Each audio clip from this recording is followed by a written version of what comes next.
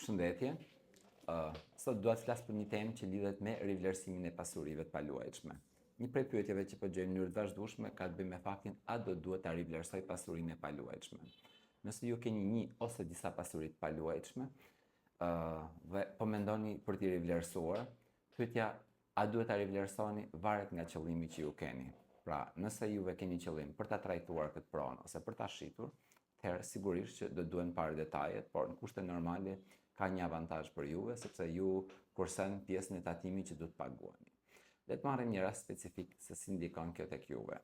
Nëse kemi një apartament të blerë para 15 vitesh me vlerën 4.5 milion lekë të reja.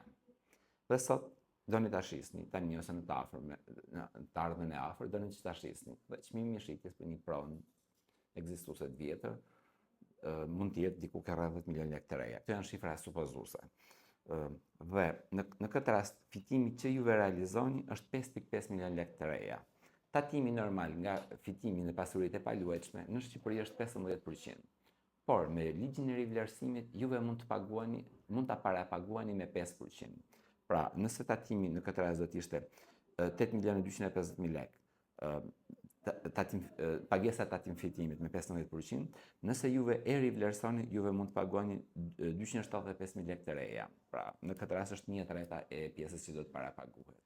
Pra, në këtë video nuk i themi gjitha detajet, por sipas rasteve specifike mund të na kontaktoni dhe mund t'ju bëjmë me dije ose t'ju jap një këshill. Gjithashtu nëse keni një pronë për të shitur ose për të dhënë me qira, na kontaktoni.